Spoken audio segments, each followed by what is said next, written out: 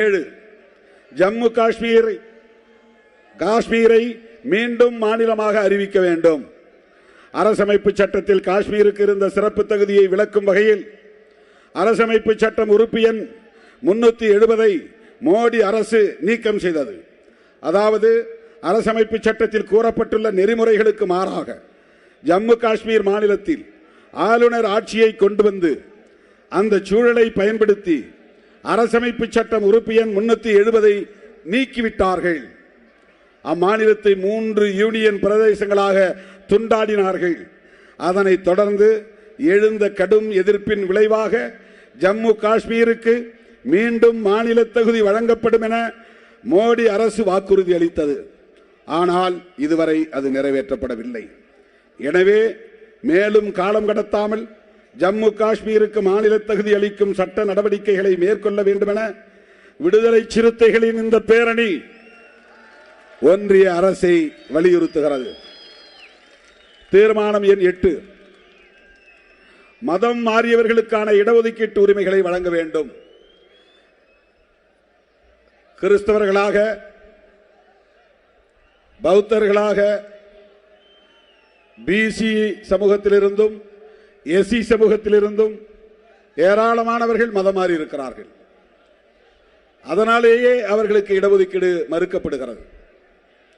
ஆகவே விடுதலை சிறுத்தைகளின் இந்த பேரணி இந்த தீர்மானத்தை முன்மொழிகிறது. தம்பி, அந்த வண்டி அங்கே நிற்கட்டும், உள்ள வராதீங்க, அப்படியே நில்லு. ரொம்ப டைட்டா இருக்கு.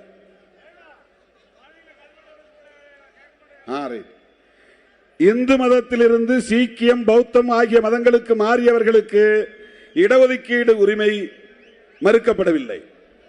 சீக்கியரா மாறினா இடஒதுக்கீடு உண்டு, புத்திஸ்டா மாறினா இடஒதுக்கீடு உண்டு.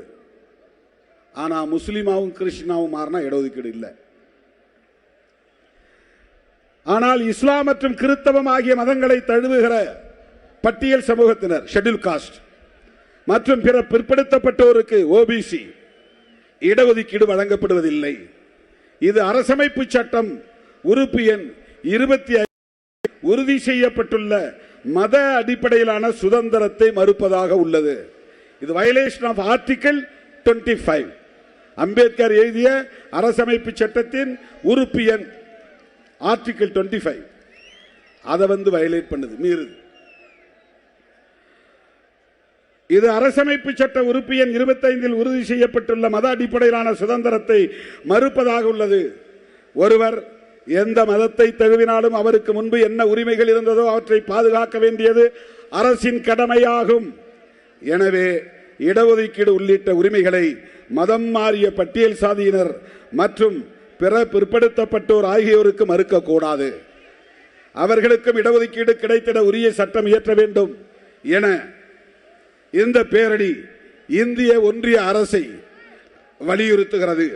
கிறிஸ்தவத்தை தழுவிய பிற்படுத்தப்பட்டோரையும் பட்டியல் சமூகத்தினரையும், அதாவது தலித் கிறிஸ்டியன்ஸ் பட்டியல் சமூகத்தினரையும் அது போதுமானதாக இல்லை.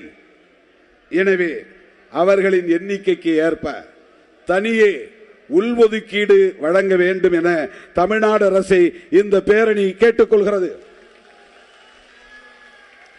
தலித் கிறிஸ்டியன் எங்களை எஸ்சி பட்டியலில் சேருங்கன்னு சொல்றாங்க.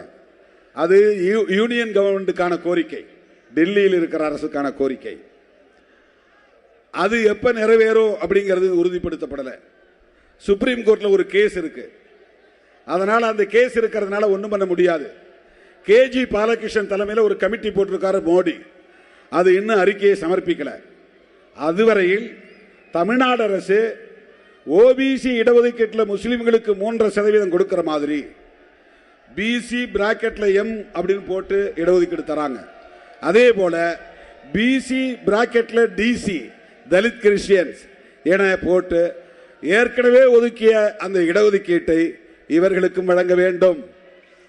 அதே போல கிறிஸ்தவத்தை தழுவி இருக்கிற வன்னிய கிறிஸ்தவர்கள், உடையார் கிறிஸ்தவர்கள், பிள்ளைமார் கிறிஸ்தவர்கள், நாடார் கிறிஸ்தவர்கள், செட்டியார் கிறிஸ்தவர்கள், ஓபிசியில் நிறைய கிறிஸ்டியன்ஸ் இருக்கிறாங்க.